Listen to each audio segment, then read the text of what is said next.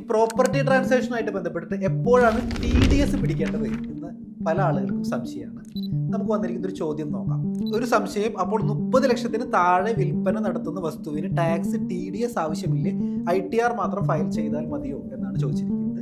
ഈ 30 ലക്ഷം എന്നുള്ളൊരു എമൗണ്ട് അവിടെ വരാനായിട്ട് കാരണം 30 ലക്ഷം രൂപയ്ക്ക് മുകളിലുള്ള ട്രാൻസാക്ഷൻ ആണ് സബ് രജിസ്ട്രാർ ഓഫീസിൽ നിന്നും ഇൻകം ടാക്സ് ഡിപ്പാർട്ട്മെന്റിന് ഒരു ഇൻഫർമേഷൻ ആയിട്ട് പോകുന്നത്. എന്നാൽ TDSന്റെ കാര്യത്തിൽ 30 ലക്ഷം എന്നുള്ളതല്ല ലിമിറ്റ്, 50 ലക്ഷം രൂപയിലും കൂടുതലുള്ള ഒരു ട്രാൻസാക്ഷൻ ആണെന്നുണ്ടെങ്കിൽ അവിടെ TDS മാൻഡേറ്ററി ആണ്. 1% ആണ് TDS റേറ്റ് വരുന്നത്. ഇനി നിങ്ങളുടെ സെല്ലർ NRI ആണെന്നുണ്ടെങ്കിൽ അവിടെ ഈ 50 ലക്ഷം എന്നുള്ള ഒരു ലിമിറ്റ് ഒന്നും അപ്ലിക്കബിൾ അല്ല.